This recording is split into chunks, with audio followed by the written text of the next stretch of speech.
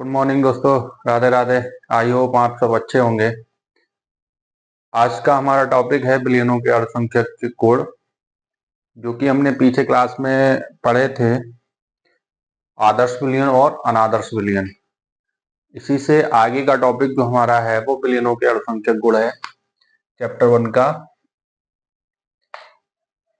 मतलब बिलियनों के अल्पसंख्यक गुण।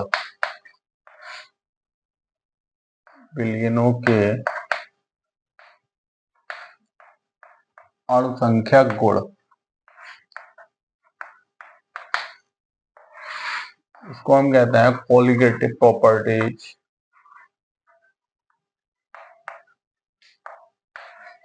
Colligative properties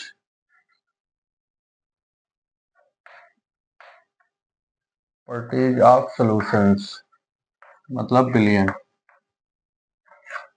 colligative properties of solutions, ठीक है, ये है। तो क्या होते हैं बिलियनों के अल्पसंख्यक गुण दोस्तों? आइए हम आज इस पर चर्चा करते हैं और समझते हैं बड़े अच्छे तरीके से।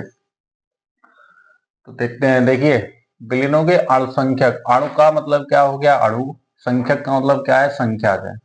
तो बिलियनों में जो उपस्थित विलेय पदार्थ होता है, बिलियन में जो उपस्थित विलेय पदार्थ होता है, जैसे मान लिया कोई भी बिलियन है और इस बिलियन के इकाई आयतन में घुले हुए एक निश्चित आयतन, ठीक, मान लिया एक ले लिया, विलायक है, मान लिया 1 लीटर ले लिया हमने। क्या लिया है?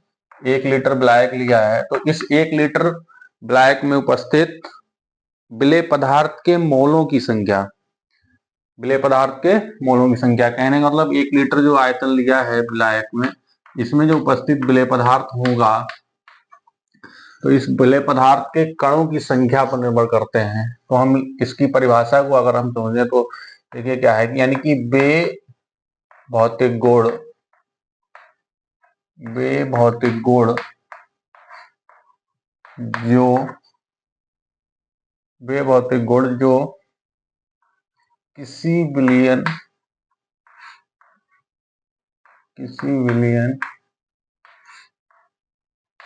के एक निश्चित बिलियन के विलायक की निश्चित मात्रा, विलायक की निश्चित मात्रा में उपस्थित विलेय पदार्थ के उपस्थित जो विलेय पदार्थ होता है उसके कणों या अणुओं, हम कह सकते हैं कणों कह सकते हैं या फिर अणुओं कह सकते हैं, अणुओं की संख्या पर निर्भर करते हैं।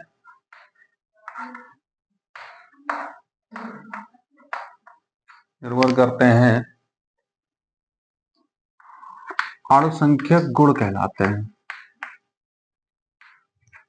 अणुसंख्यक गुण कहलाते हैं। अणुसंख्यक गुण कहलाते हैं।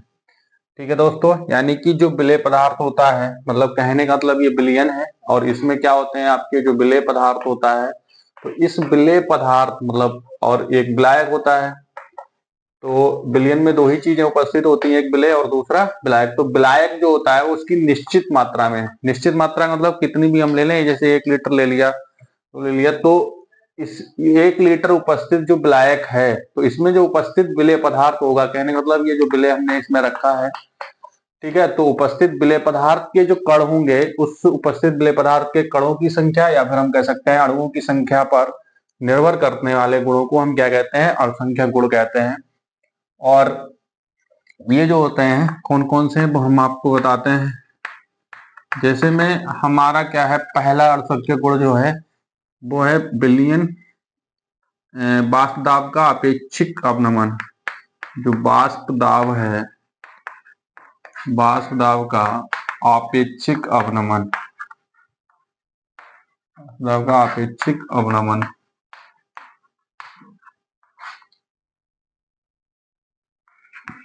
दूसरा है आपका क्वथनांक का उन्नयन, क्वथनांक का उन्नयन। तीसरा टॉपिक है आपका हिमांक का अवनमन,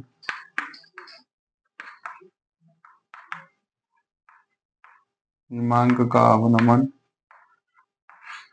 और चौथा टॉपिक है आपका परासरण एवं परासरण दाब,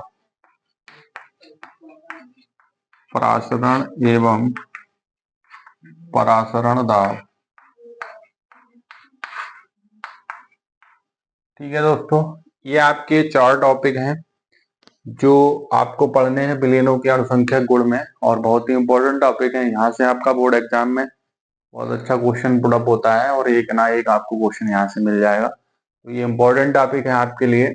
और जो है वाष्पदाब में अपेक्षिक अवनमन, क्वथनांक में उन्नयन, हिमांक का अवनमन, प्राशण एवं प्राशण दाब, ये 4 टॉपिक हैं। यहाँ से आपको बोर्ड एग्जाम में मिल जाता है क्वेश्चन, और बहुत ही अच्छे तरीके से मैं आपको बताने वाला हूँ। तो ये है वाष्पदाब में अपेक्षिक अवनमन। तो वाष्पदाब में अपेक्षिक अवनमन हम पहली हेडिंग डालेंगे, ठीक है। और दोस्तों क्या होता है वाष्पदाब में अपेक्षिक अवनमन?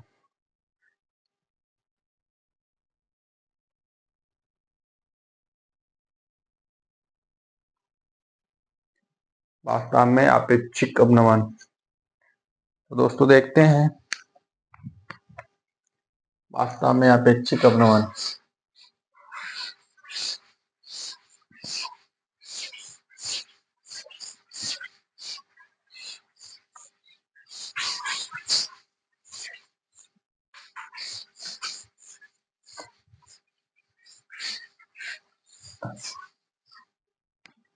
वाष्पदाब में अपेक्षिक अवनमन,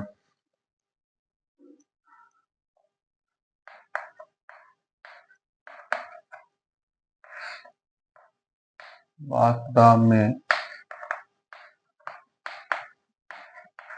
अपेक्षिक अवनमन।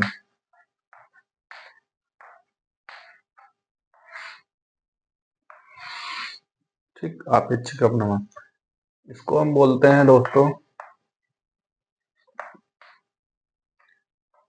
Relative lowering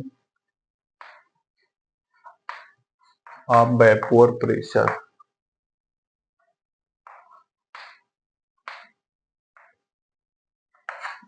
relative lowering of vapour pressure, ठीक है, ये है।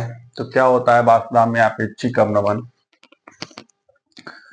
जैसे मान लिया ये हमारा विलायक भरा है, कोई भी द्रव विलायक है, क्या है विलायक जो है वो कैसा है आपका द्रव है, ठीक। कोई भी विलायक है वो द्रव है, और इस विलायक में हम क्या कर दें, मतलब विलेय पदार्थ को मिला दें। क्या मिला दें? विलेय पदार्थ मिला दें, ठीक। और वो विलेय कैसा होगा आपका? आवासशील होगा। कैसा होगा? आवासशील। आवासशील विलेय का मतलब क्या हुआ कि वो घुले, मतलब वाष्प अवस्था में परिवर्तित नहीं होगा। यानी कि जब भी हम इस विलयन को गर्म करें या कुछ भी करते हैं तो ये जो विलेय पदार्थ होगा वो वाष्प अवस्था में परिवर्तित नहीं होगा, तो उसको हम क्या कहेंगे? आवासशील विलेय कहते हैं, ठीक। तो जब किसी भी द्रव लायक में आवासशील विलेय पदार्थ घोला जाता है तो उसका क्वथनांक, अब कहने का मतलब यह है ये शुद्ध विलायक है, तो इस शुद्ध विलायक का जो वाष्पदाब होगा वो क्या होगा?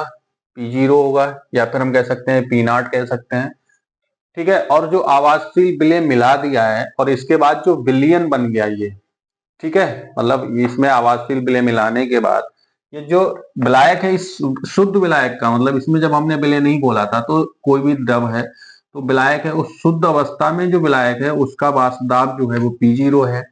और आवासशील विलेय इसमें हमने मिला दिया, और आवासशील विलेय मिलाने के बाद जो इसका वाष्पदाब बनेगा, मतलब जो विलयन बन जाता है, उस विलयन का जो वाष्पदाब होगा वो आपका क्या होगा?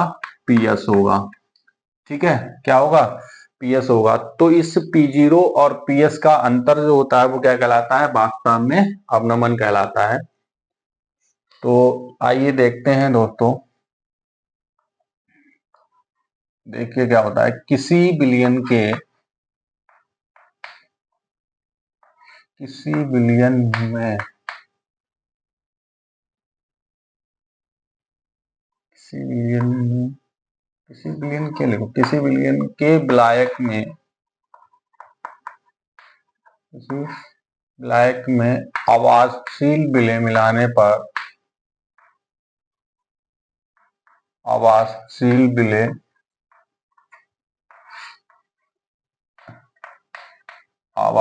विलय पदार्थ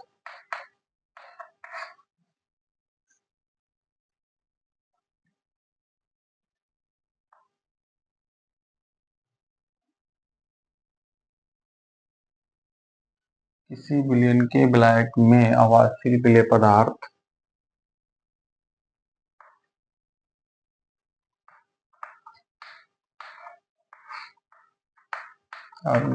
विलय पदार्थ मिलाते हैं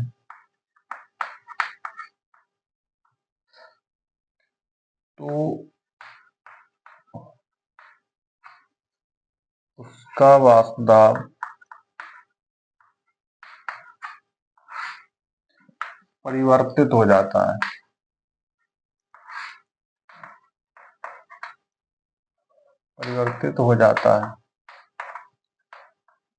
वाष्पदाब परिवर्तित हो जाता है। यानी कि जब किसी भी आवासशील मतलब जो विलायक होता है, उस आवासशील विलायक में जब कोई भी मतलब विलायक है द्रवावस्था में पाया जाता है, कोई भी आवासशील विलय पदार्थ मिलाते हैं तो उसका जो वाष्पदाब होता है वो क्या है, अपरिवर्तित हो जाता है। मतलब परिवर्तित हो जाता है, उसमें कोई ना कोई चेंजिंग आ जाती है। तो वाष्पदाब में अवनमन क्या होता है? यदि शुद्ध विलायक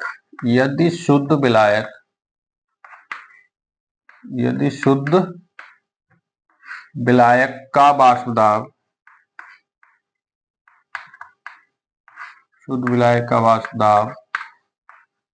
P0 है तथा आवासशील विलय मिलाने पर प्राप्त विलयन का वाष्पदाब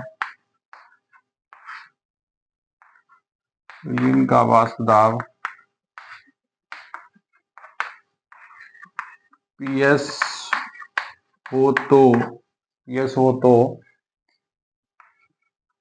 P0 तथा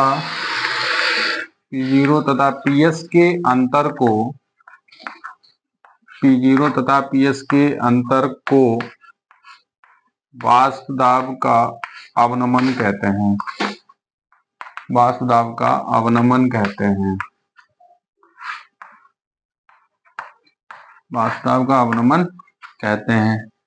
तथा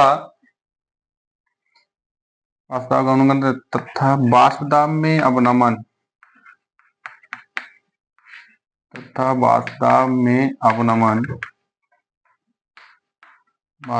अवनमन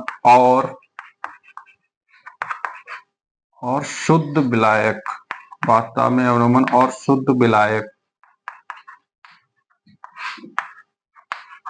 के वाष्पदाब के अनुपात को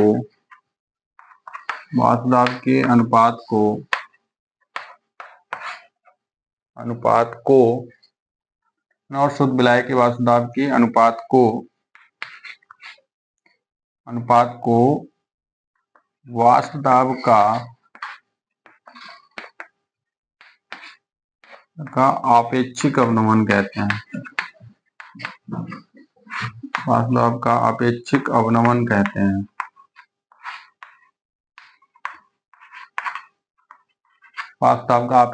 अवनमन कहते हैं। यानी कि दोस्तों क्या है, तो वाष्पदाब